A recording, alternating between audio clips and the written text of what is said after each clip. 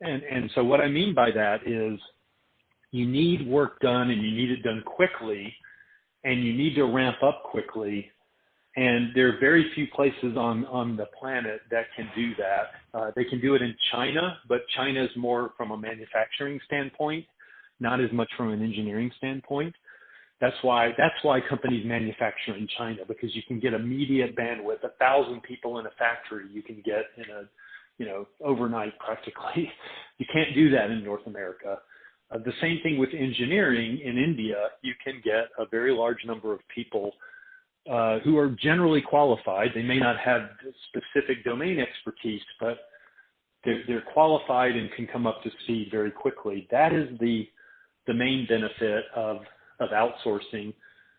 Cost is always there and it's always important, but time, I think as time goes along, I think the more important factor has been timing and ability to work quickly more so than cost.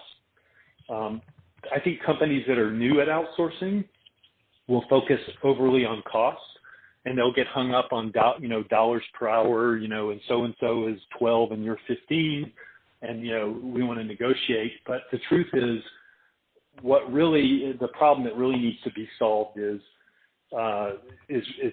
shortening the development cycle turnaround. And so bandwidth. So yes, so what I was saying is the companies in Europe will tend to set up their offshore captive centers somewhere close because it's easier for them to manage if it's in Europe. So probably Eastern Europe. But, and oftentimes they have plants. So they already have a plant in Poland or they have a plant somewhere. So they have some infrastructure and a footprint in Eastern Europe due to manufacturing, low-cost manufacturing. So it makes sense for them to set up shop there. But all I'm pointing out is Eastern Europe, I think, is challenged on the bandwidth side compared to a place like India. Mm-hmm. Thank you. Any insight on say Mexico and Latin America?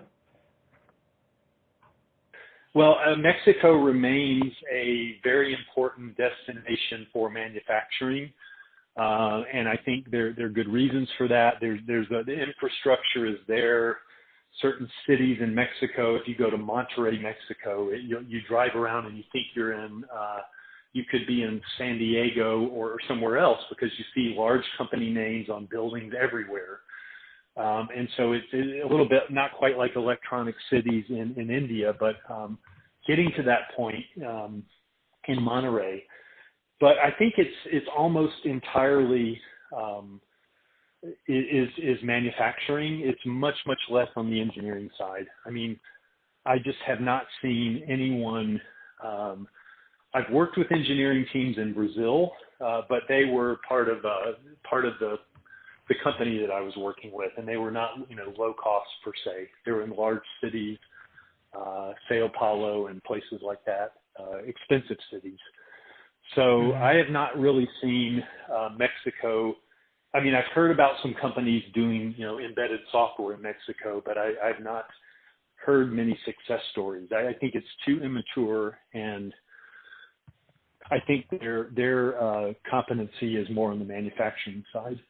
Kind of like China. I've also seen some efforts in some pressure in the past. I worked for a company. We had some manufacturing sites in China, and there was some upper management pressure to look at setting up an ODC in China or not so much a captive, but finding engineering support in China.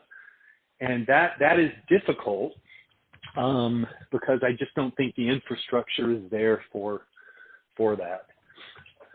Sure. Thank you. That helps. Quickly, I think we have only 15 more minutes. I have some more questions. So any quick thoughts on the Latin America side, any Brazil or any other country that attracts engineering services outsourcing, offshoring?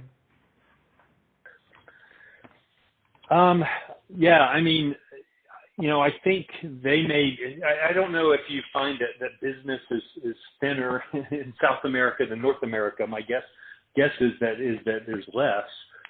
And I think it may have to do with, that is a case, more complex geopolitical issues, economies that are not necessarily